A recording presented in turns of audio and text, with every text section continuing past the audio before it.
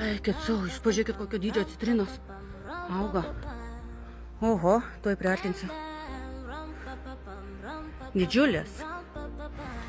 Va, kokie faini balkonėliai iš tikrųjų. Jeigu kas nors žinote, kas čia per vaisiukas, va toksai va, tai pasakykit man. Kit jau matom finišo tiesėje. Pagaliau savo viešbutį matom. Pagaliau pasiekėme viešbutį, įsiregistravom, bet raktus gausim vis tiek tik 3 valandą ir kambarį. Tai paliksim dabar savo lagaminus saugojimo kambarį ir eisim apsidaryti aplink viešbutį. Va taip atrodo receptionas. Turi kelis baseinus, žodžiu, jūra, restoranai, spa, džakuzi, sporto salė.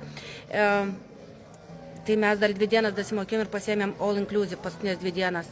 Galvojom, gal praleisim daugiau viešbutį, nes aplink viešbutį čia pat daug nieko nėra. Tai 2 dienas keliausim, 2 dienas pabūsim viešbutį.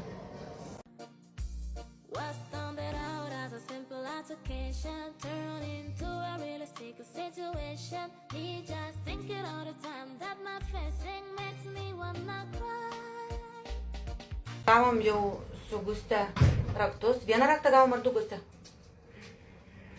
Vieną jaučiu. Nu nieko, nesvarbu, mes vis tiek nesiskirsim, kur jau čia su ją. Skirtis dar pavoks kas.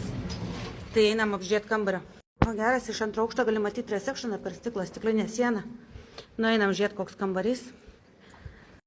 O ir oras jau biški pasitaisė, va. Nu, žodžiu. Tualetas, vonia. Turim vonią. Geras.